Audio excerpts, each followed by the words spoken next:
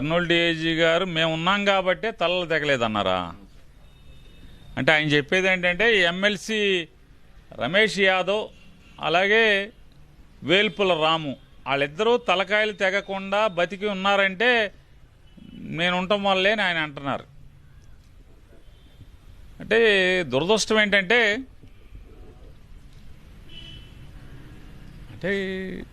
ఇట్లాంటి వాళ్ళు అంటే ఇటువంటి అధికారులు ఇక్కడే ఉండిపోతున్నారు.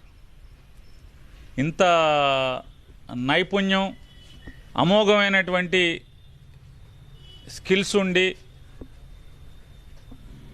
రమేష్ యాదవ్ అలాగే వేల్పుల రాము తలలు తెక్కకుండా, అంటే మామూలుగా అయితే ప్లాన్ ప్రకారం తలలు తెగిపోవాలనుకుంటా, తలలు తెక్కకుండా కాపాడినటువంటి ఇటువంటి అధికారులకి ఖచ్చితంగా పీపీఎంఎస్ లేదా పీపీజీఏ అవార్డులకి ఖచ్చితంగా వాళ్ళకి అర్హులు, వాళ్ళకి ఇవ్వాలి. అంటే